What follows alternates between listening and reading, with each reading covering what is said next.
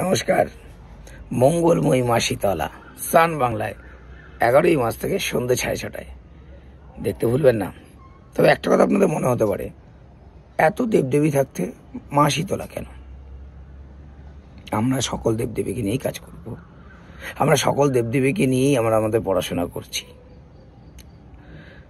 এই মুহূর্তে দাঁড়িয়ে আমাদের মনে হয়েছে যে মা শীতলার কাহিনী আমরা হয়তো লোকমুখে যতটা শুনি তার থেকে আরও অনেক বেশি বিস্তারিত কাহিনী ওনার আছেন, যা হয়তো আমরা প্রত্যেকে সেটা জানি না। আমিও জানতাম না, যেটা আমরা পড়াশোনা করে জানতে পারছি।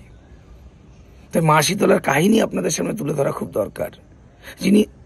উনি একজন কত বড় দেবী, উনি কত বড় দেবী আমরা সবাই জানি। তার পুজোয় আমরা কত মানত করি, তার পুজোয় আমরা দণ্ডি কেটে আমরা আমাদের মানত পূর্ণ করার চেষ্টা করি। এবং উনি সেই দেবী যে কিনা অশুভ শক্তিকে নিজের সঙ্গী বানিয়েছিলেন।